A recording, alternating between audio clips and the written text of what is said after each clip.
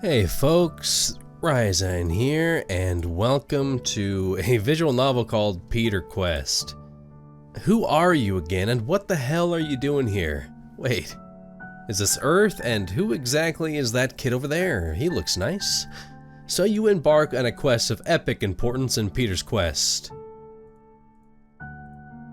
A grimsical episodic visual novel set in the darkly funny Homestuck Hiveswap universe created by American author and artist Andrew Hussie. Well, so there's 14 volumes. Let us see how we're gonna enjoy this little game here. So, everything is gonna be fun. It is gonna be fun, I can already tell. Alright. So you can use a keyboard or a controller. Use a controller. Why not? Volume select. Hover over an icon for info. Volume 1, magic is fucking real. Volume 2, something beyond the sky. Let's start with Volume 1, magic is fucking real.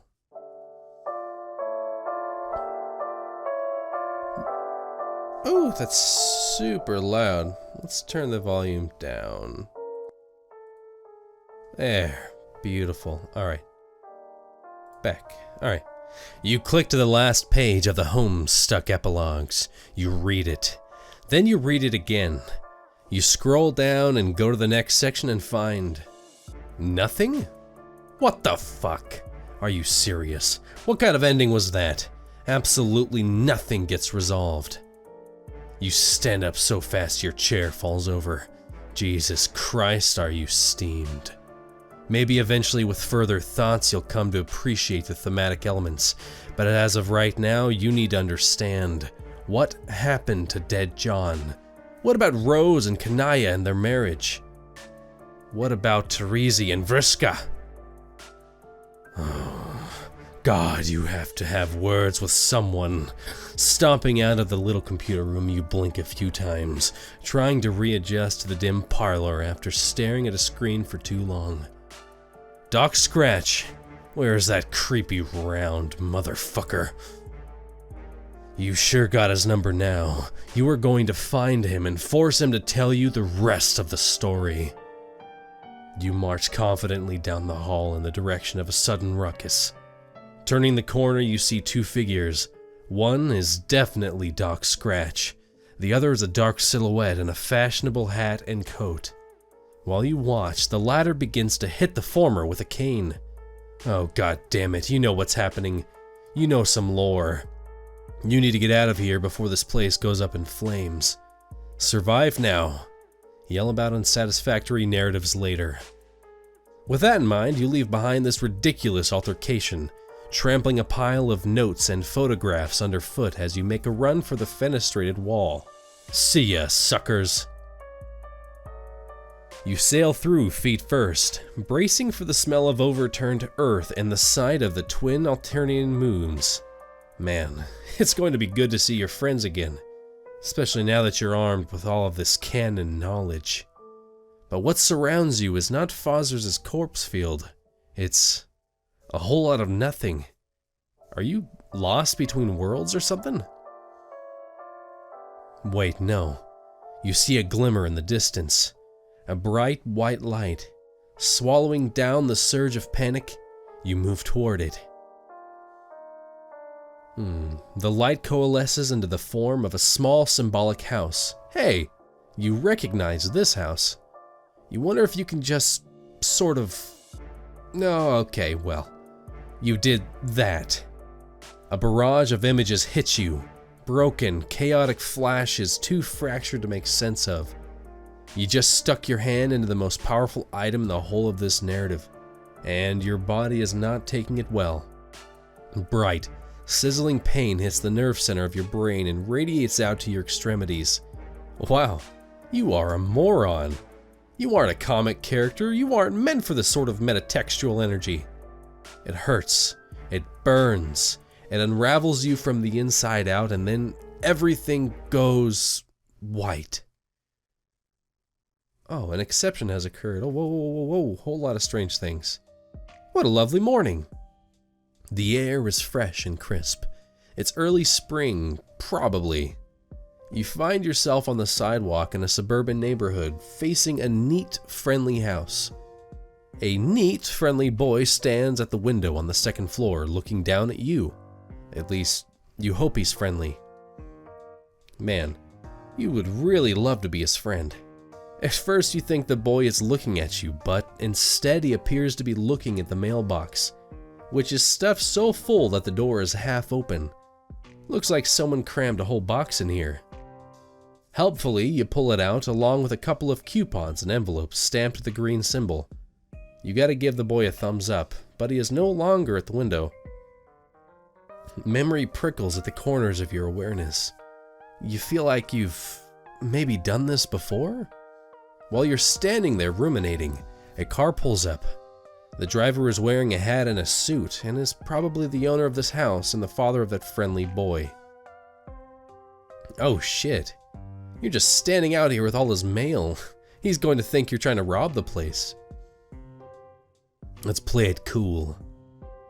Not wanting to behave like a complete buffoon and draw attention to yourself, you just hide all the mail stuff behind your back. There's a bunch of envelopes though, and the box is bulky, so all of it sort of slithers from your grasp like a bunch of dead snakes. The distinguished man in his flawless suit looks at you from across the yard. You can't see under his eyes. You can't see his eyes under the brim of his hat, but you are absolutely sure he is giving you a look of intense fatherly disappointment. A bolt of shame goes through you. Man, this guy is good. He's not even your dad and you were just losing it under his disapproval. You expect him to start shouting or calling the cops. You are so obviously stealing his mail. But instead he just keeps looking at you. Does he know you? Is he someone you should remember, or is it just the platonic ideal of dadliness that crosses time and space, eternal in all iterations of reality? That sounds like some bullshit though. Slowly the distinguished man shakes his head. He goes inside. You can't quite put your finger on why, but you know you've been summarily dismissed. Stern, fatherly disapproval. Okay, so... Oh, wow, okay, so that's strange. Okay, so let's see. That's confusing. So there's not a whole lot going on. Maybe... Let's try it again, and then I'm going to do the, okay, let's skip through all of this. Alright, so let's try this again.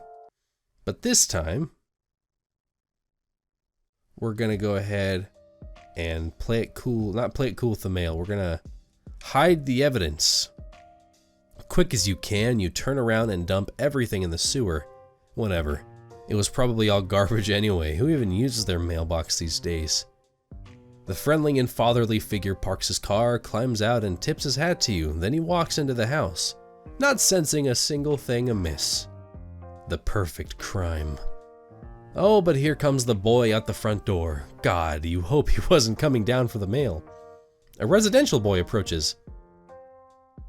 Wait a minute. This is not the same boy you saw peeking through the window. It possibly is not a boy at all. It appears to be a mysterious gentleman. You wonder what business this fine, upstanding neighborhood gentleman would have of you. Ectobiologist. Hey! I saw you standing out here messing with the mailbox. I figured you might be the mailman? Even though you're not wearing a mailman outfit. Oh yeah, that's you. You're definitely the mailman. Your outfit is, it's in the laundry today. You're just wearing your mailman hoodie. See the symbol? It's the symbol of, mail? Nothing stops the mail. Ha, that's great. I guess it is true after all that mailmen are completely relentless in their quest to deliver people's mail. You guys are incredible. Speaking of mail, do you know if I got any today? What? No. What red package? You haven't seen anything like that. No bills, junk mail, nothing at all. The mailbox was empty when you looked inside. Well, I didn't say anything about a red package. Should I be expecting one? Come to think of it, it is my birthday, so getting a package in the mail would make sense. And if it's red, that probably means it's from Dave. He loves red, and because I guess it's cool. Oh man, I wonder what he got me. Nothing. He got you nothing, you say. Isn't he listening? This Dave fellow probably forgot his birthday due to being a bad friend, and that's why there's no package, red or otherwise. What? Oh, just kidding, you say. You're sure Dave is a great friend who cares about this kid a lot. His present is probably just late and definitely not slowly sinking in a subterranean river of shit right now. It's not... What? That's a strange thing to say. Are you sure you don't know more about Dave's present than you're telling me? No, you say, absolutely not. Actually, he should forget what you said about the present being late. He should not be expecting a red package, not now, or ever really. He should trust you, because all mailmen know everything about the mail. Dang. So, nothing else? Huh? You said the box was empty. I don't think I understand. Isn't that how it always is when you deliver mail? I mean, you're the guy who's supposed to put stuff in there. Yes, that's right. You're the mailman. The absolute authority over all mail, which means your word must be accepted without question. When it comes to the mail he didn't get today. You double-checked and everything. You looked thoroughly through your mailbag for anything with this kid's name on it, and came up empty. Sorry, dude. You have a mailbag? Where is it? Oh, that old thing, you accidentally dropped it in the sewer before the boy came outside. Oh no, that sucks.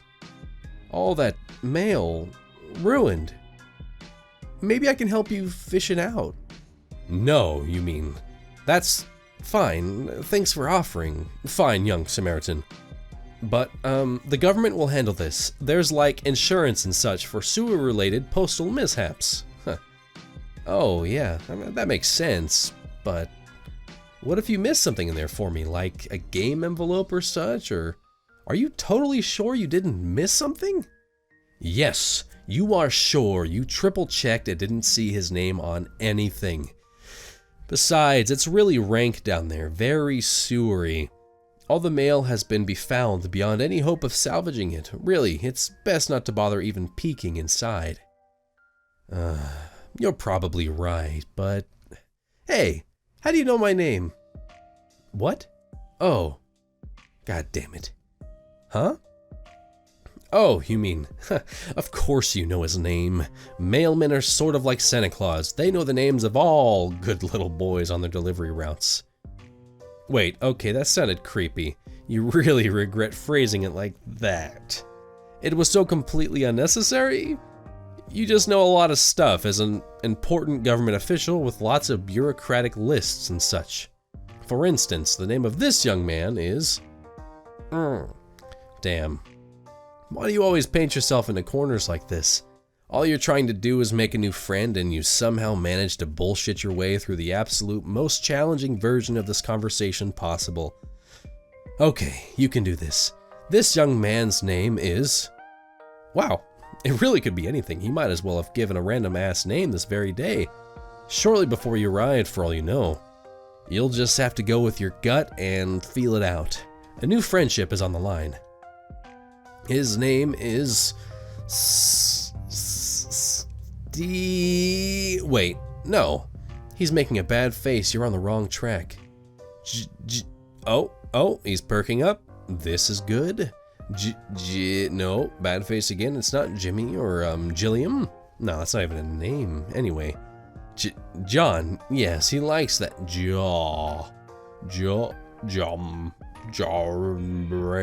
Shit. He looks disgusted. Abort. John Remy? You really can't be quite the fucking idiot sometimes. Jonderson? Wait. He looked pleased for a minute, then looked like he just sucked on a lemon. Jesus Christ, you were bad at this.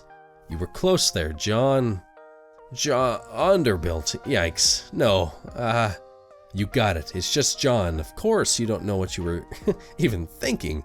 Yes, you do. Those were just goofs, you explained to John. Mailmen love goofs. His name is John, you say confidently, as if you had it in the bag all along. Not your non-existent mail bag, which you told him you dropped in the sewer. Your real bag, where the good shit is. such as your incredible ability to guess someone's name in 5 or 6 tries. That's right. Huh. Wow. I guess it's true then. Mailmen really do know practically everything. You smile. Finally. It feels like this friendship may be starting to click. It was rocky there for a while as you had to spin an intricate, nearly flawless web of lies to smooth over the fact that you destroyed his cherished personal property. But you're pretty sure you're in the clear now, and you'll never have to justify yourself to him again. Well, as nice as it is to meet you, Mr. Mailman, to be honest, this kinda sucks. I've been waiting for a really cool game to arrive in the mail, but it's been a few days already, and now I'm starting to think it got lost in the mail? It might just never come now, and I'm kind of bummed out about it. I had some hope it would show up on my birthday as like a present from nobody, really. Just a present out of thin air, I guess, like it was going to be destiny or something. Oh well, I guess magic really is as fake as all the scientists say it is. You nod along very wisely. Oh yes, you say. You can kiss that game goodbye. It definitely got lost in the mail and it is never, ever going to be delivered. The Postmaster General just told you a few seconds ago, through your wireless earpiece which is hooked up to the US parcel mainframe. You tell John he is right to disbelieve in magic, it's fake as shit. It's time for him to get used to the idea that he will never play this game, whatever it was. It was probably stupid anyway, most games are. He should try to get used to whatever kind of life he is going to live from now on in the absence of this dumb video game. Yeah, you're right. I think I got too worked up about it. It probably does suck, actually. I think GameBro only gave it like 2 hats out of 5 hats? I think it might have been less than that, actually. God, what a piece of shit it probably was. You know, I think I may have to thank you, Mr. Mailman. You've really opened my eyes today. I'm going to forget I ever heard of that dumb game and just try to enjoy my life. Talk to my friends, hang out in my room, and I don't know. Come to think of it, maybe I was looking forward to playing that game with my friends so much because I'm lonely?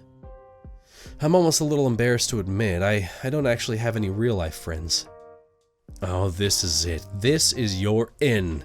This nice boy seems to be jonasing for friendship just as much as you are. And you've laid all the groundwork for becoming his best bro so expertly. You just need to slide right into his life with just a few more sympathetic remarks. You actually have a lot of experience with this by now. You've made so many friends in so many strange places, and with such mixed results. Or you think you did? Actually, you can't conjure up any of their names or faces right now. It probably isn't important. Actually, let's never speak of that again. What matters most is you're here now, making a sweet new pal named John. You casually mention that this is the end of your mail route and you don't have much else going on in your life. Maybe. You and he can hang out for a while if he doesn't mind, that is. Huh. You want to hang out with me? Like, just a mailman and a 13-year-old boy just being buddies? Oh, that sounds really bad. You shrug a little, as if you don't care much, but you really, really care. Normally I would say that sounds a little strange and maybe slightly inappropriate, but what do I know? If you were a normal-looking mailman, that would probably be a shitty idea, and I'd get in trouble with my dad, or the authorities, or something, and probably so would you. But you seem different, like maybe you aren't even a person. Just a kind of weird, harmless-looking guy? Like an alien, but not really. You don't really know what to say to any of this. Oh man, I'm being so fucking rude, I'm sorry. Yeah, of course we can hang out. But maybe we should, keep this sort of a secret from my dad. I don't know if he would approve of me bringing a stranger into the house, even if you are very nice and sincerely concerned about my mail problems. That sounds fine with you. Now that you think about it, you still aren't sure his dad didn't see him dumping all their mail into the sewer. He probably didn't, otherwise he would have had some words with you, surely. But still, it's a risk you shouldn't be taking under these delicate circumstances. There's a friendship on the line.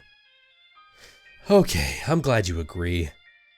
It sounds like we have a sneaking mission ahead of us. Actually, it sounds like it could be fun.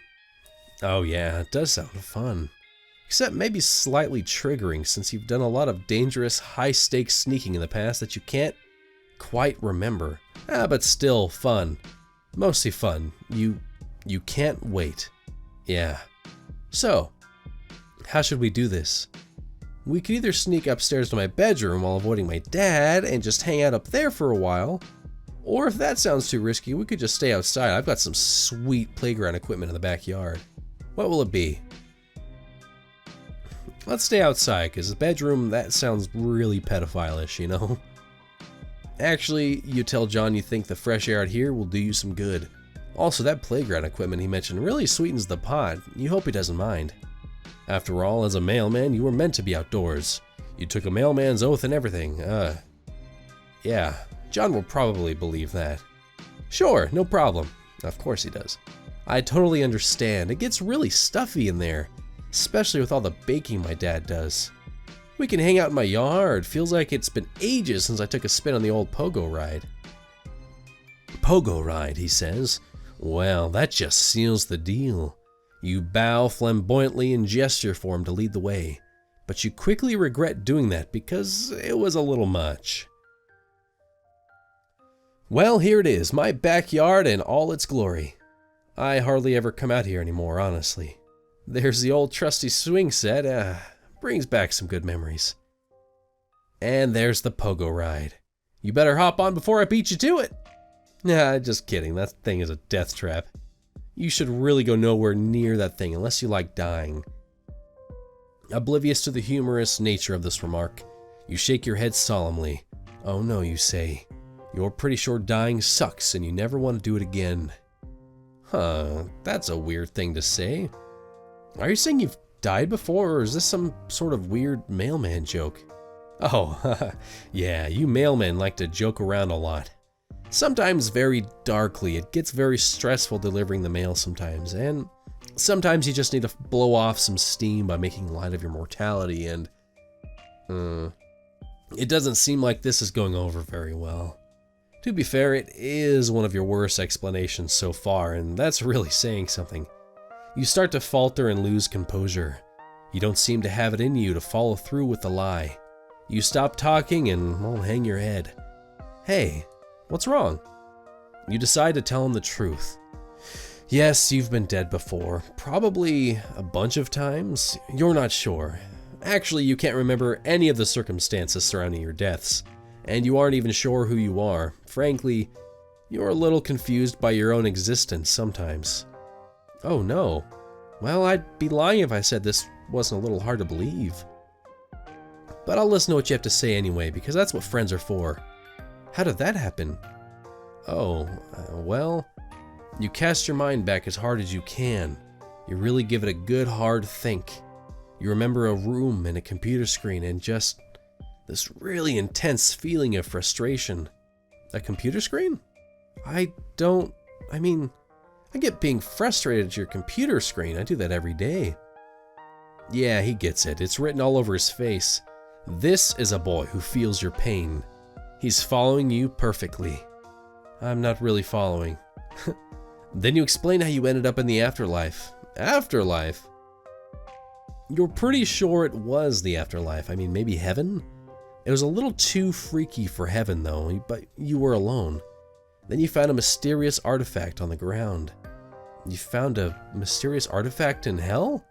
Yes. It was white and flat and lying on the ground, as if it was just waiting for you. Or waiting for someone else, maybe. But you found it first by accident?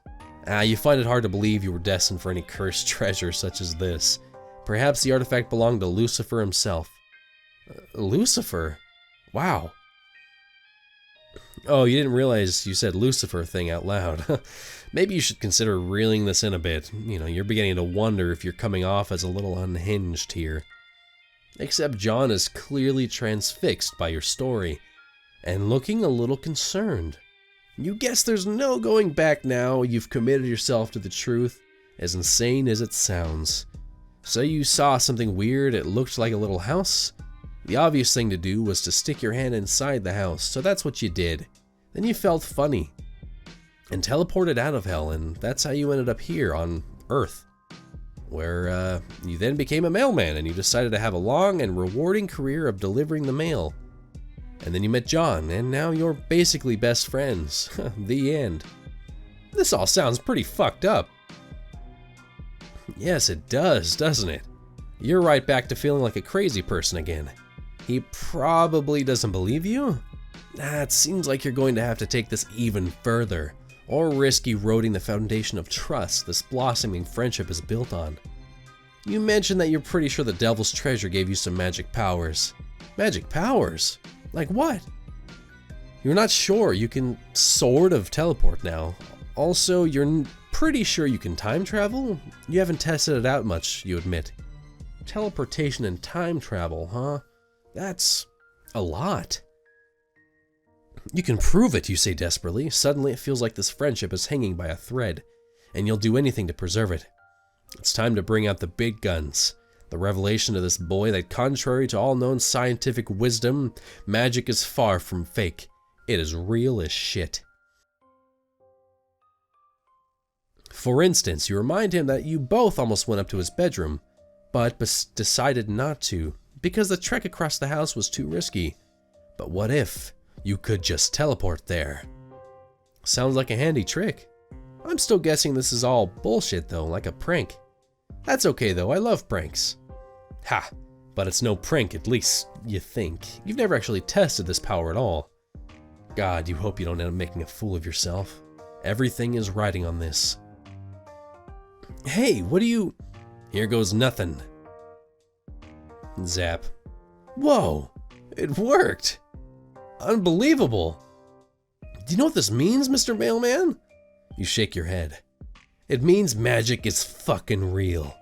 You shrug.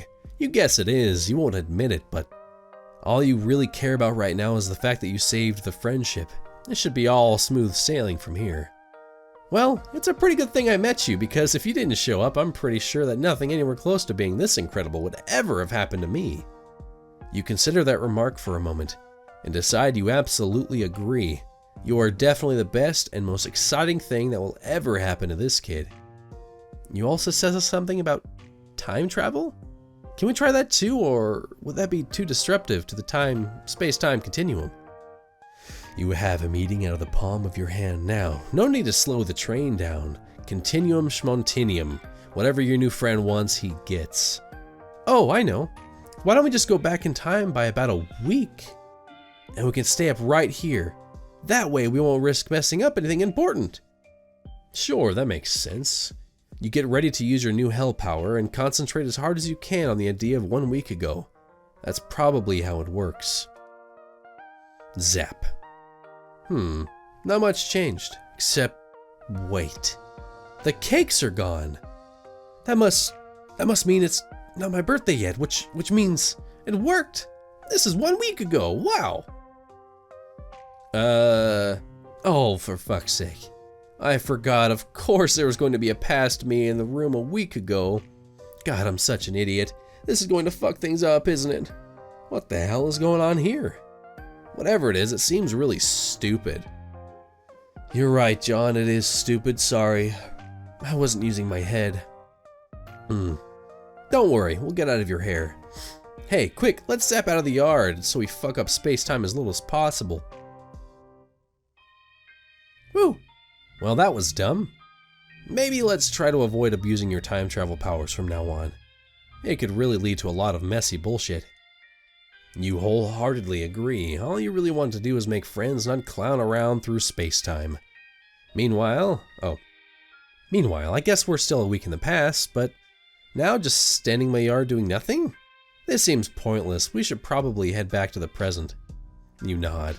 It was an interesting experiment, and it bought you a lot of credibility, but it's time to... Wait a minute. Something is wrong. There's a slight buzzing in the air. You can feel it. What's the matter? You tell him you think someone is coming. Quick! You have to hide. Whoa, okay? You and John dash into a neighbor's yard and hide behind the fence. You peek into the backyard to see what's happening. Suddenly you see it. That energy you were feeling was a whole group of teenagers randomly teleporting into John's backyard? What the fuck? You examine them more closely. They are all dressed in ridiculous, colorful outfits.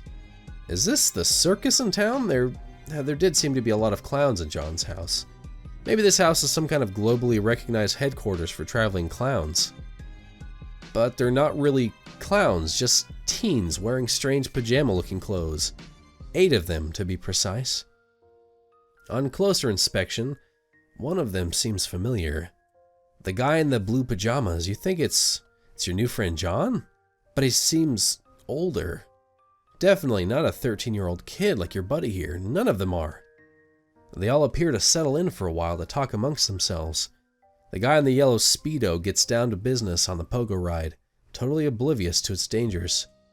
There seems to be a serious atmosphere hanging over the group of teens. Important discussions are happening. It's completely baffling to you, and by the look on your buddy's face, to John as well. Suddenly, an uneasy feeling settles over you, like you're witnessing something that was never meant to be seen by anyone.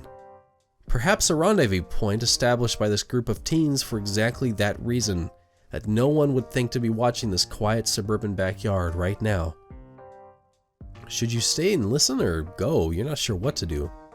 You can't shake the feeling that something highly inappropriate is happening here just by watching. Like you're beholding a moment so divorced from an authoritative chain of events that to even witness this moment is not only narratively compromising, but extremely cursed. Hey, is that guy in the blue pajamas me? You pat John on the back. You can only imagine what's going through his head right now. He hasn't seen a time traveler duplicate of himself in, well, minutes. Man, I look so much older. What am I even wearing? How are all these people? Wait, I know some of them. That's Rose and Dave and Jade with dog ears? Heh. I don't know what the others though. Wait, I know what's going on. They must be from the future. It is the only explanation, especially since we just did some time travel ourselves, thus proving magic to be real. Did you have something to do with this, Mr. Mailman? You shake your head. You are just as surprised by this nonsense as he is. It seems one or more people from this group have somehow obtained similar abilities offered by the hell treasure you touched. I guess they are all from a few years in the future, but when we are all a bunch of older, cooler teenagers.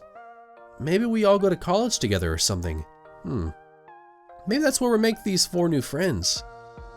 There's something familiar about all of them, but I can't put my finger on it. But why do we look so ridiculous? Did I join a troupe of traveling street performers, thus following in the footsteps of my father? And somehow managed to rope everyone into the act, including Dave and Rose, who almost certainly would think the idea was really stupid, even though it's clearly great and cool, while somehow also involving time travel? I don't know. I'm so confused. What are they even doing here? Did this really happen just outside my house 1 week ago? Without me knowing about it at all? What else have I been missing? How much more is there to know about the future adventures of me and my friends? Which has been taking place in secret like this? I wonder if there's a lot more to my life than I ever could have imagined. Actually, I should probably be thanking you.